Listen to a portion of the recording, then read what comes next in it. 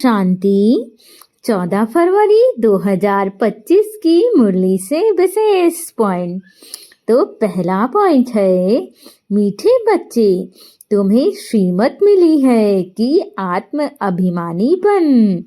बाप को याद करो, किसी भी बात में तुम्हें आर्ग्यू नहीं करनी है।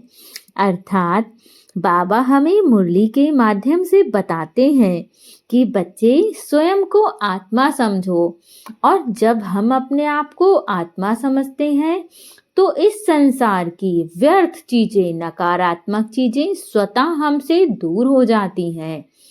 और जब हम अपने आप को आत्मा समझकर परमात्मा को याद करते हैं, इन सभी विकर्मों से अपने आप को मुक्त करके, तो हम बाबा की शक्तियाँ और गुण स्वतः धारण करते रहते हैं।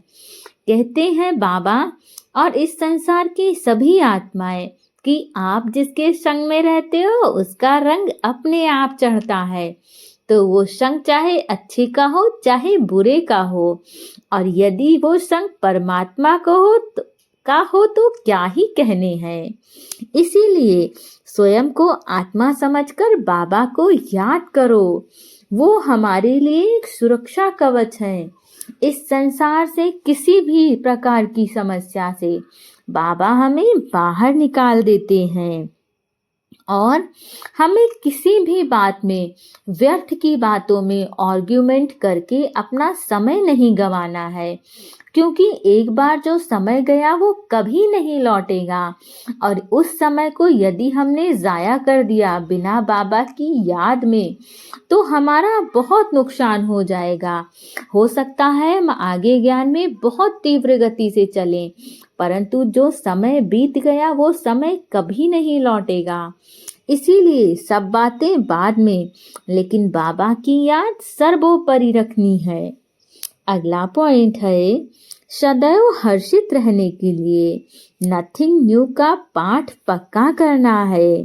बेहद का बाप हमें बेहद की बादशाही दे रहे हैं, इसी खुशी में रहना है।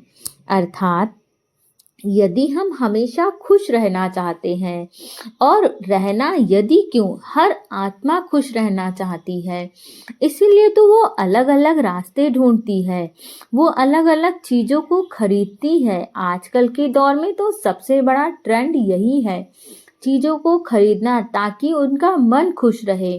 परंतु ये सही तरीका नहीं है अपने आप को खुश रखने का।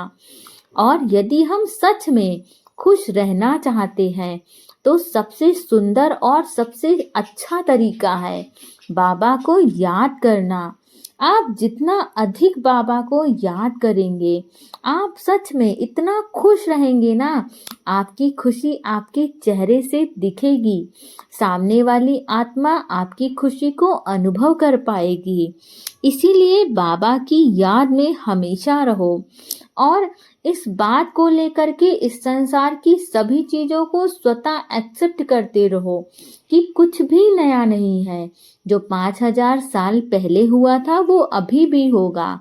तो अपने मन को शांत रखो और सब कुछ बाबा को समर्पित कर दो। हमें बेहद का बाप मिला है बेहद की बादशाही देने के लिए।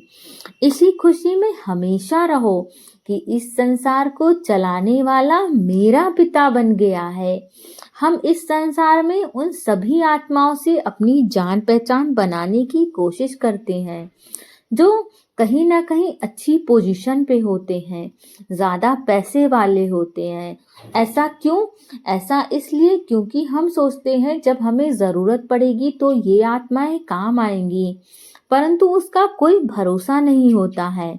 लेकिन एक बाबा से यदि आपने अपना संबंध जोड़ लिया, और आपने यदि अपनी तरफ से बाबा से संबंध अच्छा जोड़ लिया, तो वो आपके लिए बाहें फैलाए खड़ा है।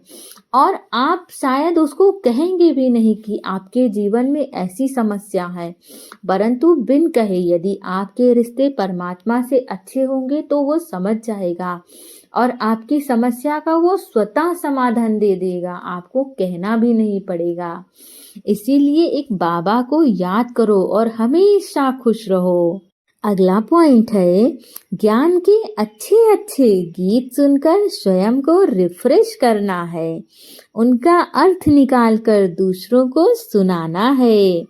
अर्थात हम जो बाबा के बहुत सारे गाने सुनते हैं और उसमें बाबा के गानों में ज़्यादातर लोगों के अनुभव छिपे होते हैं, और अगर अनुभव नहीं भी होंगे तो जब आप उस गाने को सुनोगे तो आपको सच में लगेगा कि ये तो मेरी जीवन कहानी है, और उसमें से आपको बहुत सारे मर्म भी मिलेंगे। तो आपको उन मर्म को निकालना है और स्वयं भी समझना है और दूसरी आत्माओं को समझाना भी है। माया के संबंधों को डाइवर्स देके बाबा के साथ अच्छा सौदा करना है। माया जीत मोह जीत आत्मा बनना है। अब स्मृति से पुराना सौदा कैंसिल कर सिंगल बनो, बाबा को केवल याद करो। आपस में एक दो के सहयोगी भल रहो, लेकिन कंपेनियन नहीं। कंपेनियन तो हमारा केवल एक बाबा ही है जो माया के संबंधों से डाइवोर्स दिलाता है। और अगर जरा भी किसी में हमारा मोह होगा तो हम तीव्र पुरुषार्थी आत्मा भी नहीं बन पाएंगे। इसीलिए कुछ भी हो, हम किसी से मोह नहीं रखेंगे। यदि आप किसी भी आत्मा से मोह रखते हो तो वो आपके पुरुषार्थ में भी विघ्न डालेगी और आपकी खुशी को गायब करेगी। इसीलिए किसी भी आत्मा से आप अटैचमेंट नहीं रखो, अपने आप को डिटैच रखो। यही आपकी सबसे बड़ी खुशी की चाबी है। आप जितना ज़्यादा इस संसार की आत्माओं से अपने आप को डिटैच रखोगे, आप उतना ज़्यादा सिचुएशन चाहे जैसी भी हो, आपकी स्थिति यथा स्थिति स्थिर रहेगी और आप उस सिचुएशन से पार हो जाएंगे। परंतु जब आप डिटैच होंगे, जब आप अटैच होंगे तो अटैचमेंट समस्या लेके आता है। इसीलिए आपको डिटैच होना ही पड़ेगा। अगला पॉइंट है, सत्यता की विशेषता से डायमंड की चमक बढ़ाओ। अर्थात कहते हैं ना, सत्य की दीपक कभी बुझती नहीं है। उसको आप सत्य को छुपा तो सकते हो, लेकिन एक ना एक दिन वो उजागर हो जाएगा, क्योंकि उसमें अपने आप में बहुत चमक होती है, बहुत शक्ति होती है। तो हम परमात्मा के बच्चे हैं, सत्य की राह पर चलने वाले बच्चे हैं। तो हमें सत्यता की विशेषता को अपने जीवन में धारण करना है, और जितना अधिक हम सत्यता को अपने जीवन में धारण करते जाएंगे, हमारी चमक डायमंड के समान होती जाएगी। ओम शांति।